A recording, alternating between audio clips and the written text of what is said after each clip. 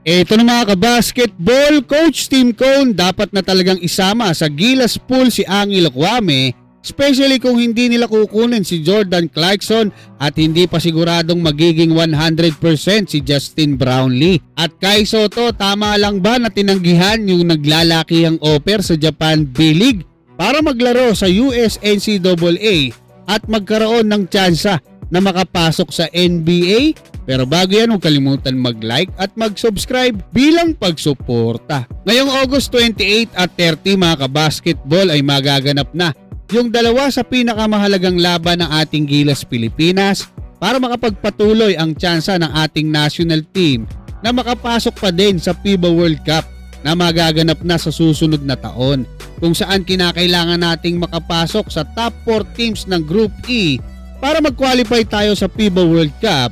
Dahil kung matatalo tayo ng Jordan at Iran sa August, ay tila mawawala na tayo ng pagkakataong makaakyat diyan sa top 4. Pero kung maipapanalo natin yung dalawang laban na yan, ay malaki yung tsansa na makapasok nga tayo sa top 4 para makapasok tayo, mag-qualify tayo sa FIBA World Cup. Napakahalaga ng preparation ng ating Gilas Pilipinas laban sa dalawang team na yan. Very crucial din kung kailan hihinto ang PBA para magbigay daan sa practice ng ating Gilas Pilipinas at yung availability ng mga players, mga reserba.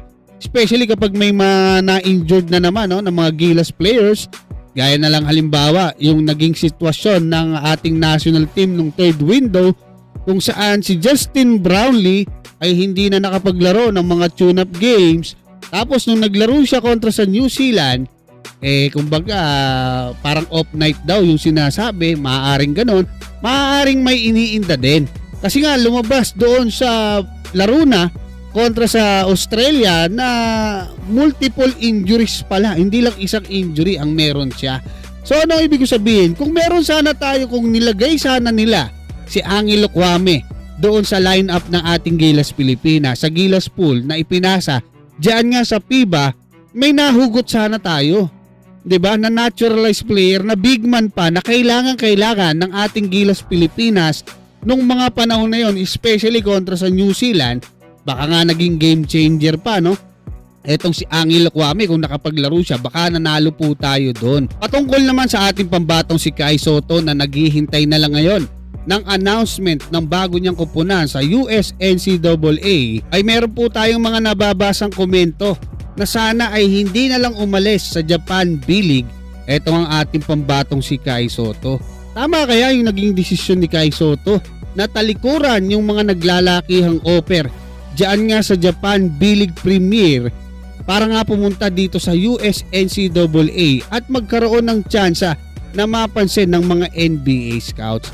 Kung ako tatanungin nyo mga kabasketball, sa kabila po ng naglalakihang mga offer, kung napansin nyo yung ipinost ng isang legit source natin diyan sa Korea, etong si Yoon Jung Lee ay meron daw offer bago mag Summer League na $1.5. So kung si Kai Sotto, kung ang offer niya nung nakaraan ay 600 to 900,000 more or less nasa 1 million na po ang offer ngayon kay Kai. At naibalita ko na yan, matagal na, 3 Japan B-League teams po ang initial nag-offer kaagad kay Kai.